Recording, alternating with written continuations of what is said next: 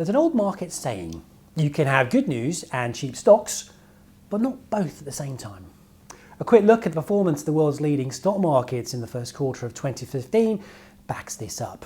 But before I say more, I've got a question for you. In US dollar terms, which market was the world's best performer in Q1? Have a think, and I'll give you the answer in a second or two.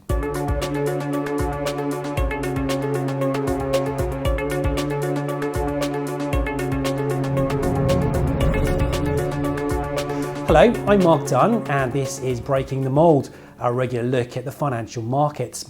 Last week we looked at the best performing sectors within the UK equity market, and this time around we're going global, looking at the leaders and laggards in the world stage to see what lessons we can draw. Now, to put you out of your misery, the best performing market in US dollar terms in the first quarter was Russia. Well done to anyone who got that right, not least it seems so counterintuitive. Weak oil, geopolitical conflicts, and even the president going missing for a few days. Yet both the ruble and share prices bounced as someone, somewhere, decided there was value to be had in the currency and equity markets alike. The chart behind me shows the top 5 performers: Russia, Japan, India, Germany and Israel. They all rose by at least 4.6% against a global benchmark gain of 1.8%, according to research from Bank of America Merrill Lynch. Now, looking at those 5 names, 3 themes jump out. 1. Russia was a huge faller last year, one of the very worst performers, and all it took was a little stabilisation in oil to tempt a few buyers.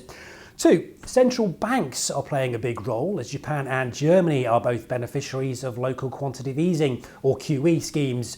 And 3. Social reform on the agenda in Japan and India is helping to drive sentiment. Now let's go to the foot of the table and identify the areas investors have avoided to see if some value is emerging. The worst 5 performers in Q1 were Spain, Poland, Turkey, Brazil and poor old Greece. They fell by between 6.6 and 30.5%. Again, 3 themes spring out. Number 1, political uncertainty is hampering all of these nations ahead of key elections or from the results of recent ballots in the case of Brazil and Greece. 2, Brazil is raising interest rates and Turkey is under pressure to loosen policy despite lofty inflation, so central banks are not helping with cheap cash here.